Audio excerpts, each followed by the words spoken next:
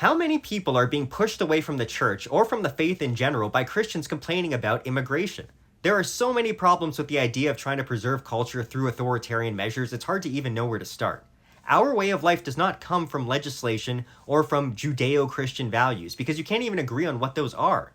And how are you supposed to filter for that? You think God wants you to violate people's rights selectively based on a point system that determines how Judeo Christian they are?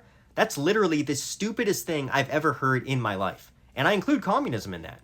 If you think it's okay to trample on people's rights because you think it'll help enforce the law, then you are actually more of a threat to our way of life than any petty thug. Our way of life comes from the norms of self-ownership, and I don't know how you as an authoritarian or a socialist can be a follower of Christ. First of all, Christianity is incompatible with statism. Christianity was a grassroots movement until the Constantinian Compromise. When Constantine legalized and later made Christianity the official religion of the Roman Empire, the faith shifted from a persecuted minority movement to an imperial institution. Before, Christians rejected military service, swore no oaths to Caesar, and they followed Christ's teachings on peace and nonviolence. After Constantine, bishops gained state privileges. Church councils were enforced by imperial decree, and soldiers were baptized in the name of both Christ and the emperor. The church no longer stood in opposition to worldly power but became its chaplain. The bride of Christ jumped into bed with the emperor. This betrayal meant the Sermon on the Mount was subordinated to imperial law. Instead of turn the other cheek, Christians now debated when it was justifiable to take life. Instead of rendering unto God what is God's, the church rendered itself unto Caesar in exchange for wealth and protection. In short, the radical ethic of Jesus was domesticated into a religion of empire, what some call Constantinianism.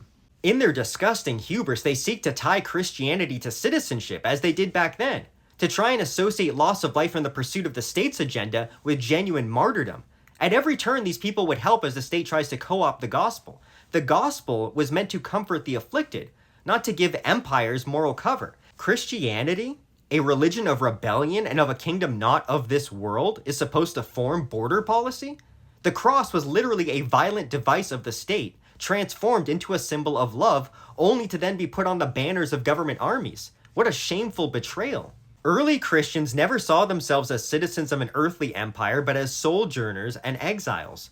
They crossed borders freely to spread the gospel, formed communities of mutual aid, and refused to be defined by national or ethnic identity. To claim that the church should form the policy for border guards is to betray its original character as a kingdom without borders. The very claim Jesus is Lord was a rejection of Rome's demand that Caesar is sovereign. To conflate Christ's kingdom with the nation-state is idolatry. You cannot serve both Christ and the passport office. The true kingdom undermines all nations and empires because it demands a loyalty that no flag can claim. It's hilarious to me how conservatives are complaining about people changing the character of their country when they have been fighting for prohibition. You criminalize victimless behavior, carve out an industry for organized crime, and then complain about crime stats. Liberals might do more to trample your ability to protect yourself, but you are the ones feeding the criminals in the first place. You are your own worst enemy, not poor brown people. And this is obvious when you complain about people coming over who don't believe in democracy. Democracy means rule by the largest group. It's not the basis for our way of life, it's just soft communism. The basis for our way of life is acknowledgement of self-ownership, which results in markets and proper law. Or maybe the idea is we're supposed to stop immigration long enough to allow the Judeo-Christianity of society to reassert and heal itself. Then, once the Judeo-Christian life stream has healed itself enough, we can turn on the spigot of humans. But obviously we can't be too free because we still need to avoid competition in the labor market. Low labor prices are evil, and apparently now it's evil to hire foreign workers because that's denying a domestic worker a position. Again, if you think that, you are more of a threat to our way of life than any foreign worker. You aren't entitled to be associated with someone just because the same flag flies over you both. An employer has no obligation to you or anyone else. The fair price is the price arrived at voluntarily. What is immoral is trying to control these prices in the first place, which causes unemployment and economic distortions.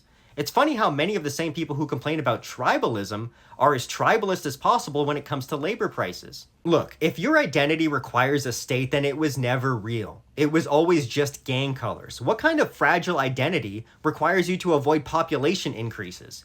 If you think it's okay to attack people moving over unowned land, citing their beliefs or values, Just remember, you could be rejected for your various heterodoxies as well.